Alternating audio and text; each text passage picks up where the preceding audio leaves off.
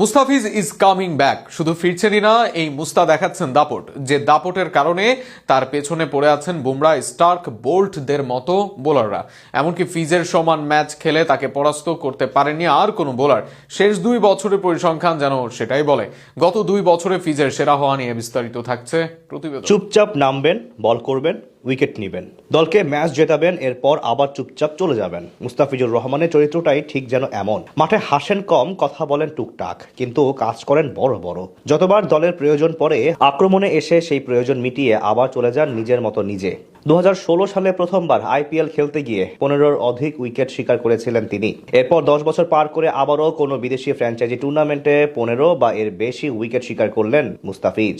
এখান থেকে বোঝা যায় ধীরে ধীরে সেই পুরনো ছন্দে ফিরে এসেছেন বামহাতি এই পেসার, যার প্রমাণ দিলেন আজ আরও একবার। এদিন গুরুত্বপূর্ণ ম্যাচে শারজাহ ওয়ারিয়র্সের বিপক্ষে মাঠে নামে তার দল দুবাই ক্যাপিটালস। দুবাই আন্তর্জাতিক ক্রিকেট স্টেডিয়ামে শুরুতে টপ অর্ডারের উইকেট হারিয়ে খানিকটা বিপদে পড়লেও সিকান্দার রাজা এবং জনসন চার্লসের জুটিতে ঘুরে দাঁড়ানোর চেষ্টা করছিল শারজাহ ওয়ারিয়র্স। তাদের জুটি ভাঙতে একের পর এক পরিকল্পনা করেও সফল হতে পারছিলেন না অধিনায়ক মোহাম্মদ নবী। ঠিক সেই মুহূর্তে উপায় না পেয়ে আক্রমণে আনেন মুস্তাফিজুর রহমানকে, আর বোলিংয়ে এসে 14তম ওভারের প্রথম বলেই সিকান্দার রাজাকে দারুণ এক ব্যাক অফ লেন্থ ডেলিভারিতে পরাস্ত করে নিজের বলে নিজেই ক্যাচ নিয়ে আউট করেন তিনি। সেই উইকেটের পরই রানের গতি কমে যায় প্রতিপক্ষ শারজাহ ওয়ারিয়র্সের, অর্থাৎ দলের প্রয়োজনে মিডল ওভারেও বল করতে শিখে গেছেন দ্য ফিজ।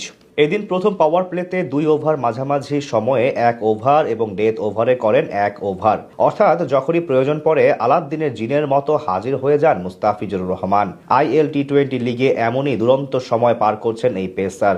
আজ 4 ওভারের কোটা পূরণ করে মাত্র 27 রান খরচ করে নেন প্রতিপক্ষের গুরুত্বপূর্ণ এক ব্যাটসম্যানের উইকেট। সব মিলিয়ে বলা চলে আইএল টি20 লিগে স্বপ্নের মতো সময় পার করছেন তিনি। প্রথমবারের মতো টুর্নামেন্টটিতে খেলতে গিয়ে 8 ম্যাচ খেলে 15 উইকেট শিকার করেছেন মাত্র 15.5 গড় এবং ওভার প্রতি কেবল 8 রান খরচ করে। যেদিক থেকে পেছনে ফেলেছেন সব সেরা সেরা পেসারদের। নিজের প্রথম ম্যাচে মাঠে নামেন শক্তিশালী গলফ জায়ান্টের বিপক্ষে। সেখানে 4 ওভারে মাত্র 26 রান দিয়ে নেন জোড়া উইকেট। এরপর আবুধাবি নাইট রাইডার্সের বিপক্ষেও 2 উইকেট শিকার করেন এই পেসার।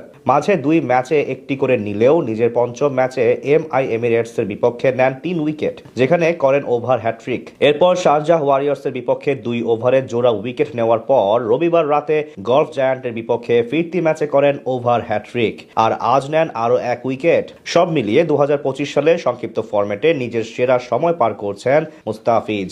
আর তাই তো বাংলাদেশি মুদ্রায় প্রায় 12.5 কোটি টাকার বিনিময়ে আইপিএলে ডাক পেয়েছেন আমাদের মুস্তাফিজুর রহমান।